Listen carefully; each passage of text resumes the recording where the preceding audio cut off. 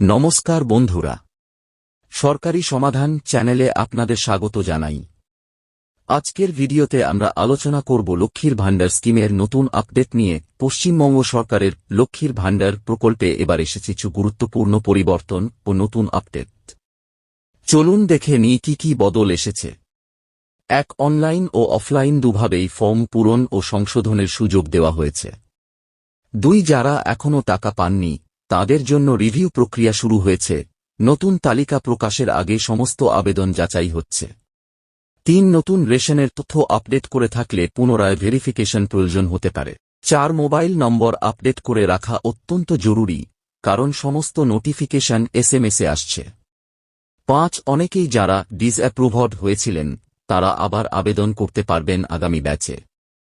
নতুন তালিকা ও টাকা জমার দিন সম্পর্কে জানতে হলে আপনাকে নিয়মিত অফিসিয়াল ওয়েবসাইট বা ভিডিও অফিসে খোঁজ রাখতে হবে। বন্ধুরা, এই ছিল লক্ষ্মীর ভাণ্ডার নিয়ে সর্বশেষ আপডেট।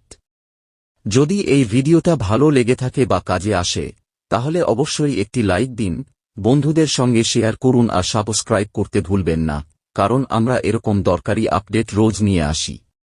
ধন্যবাদ।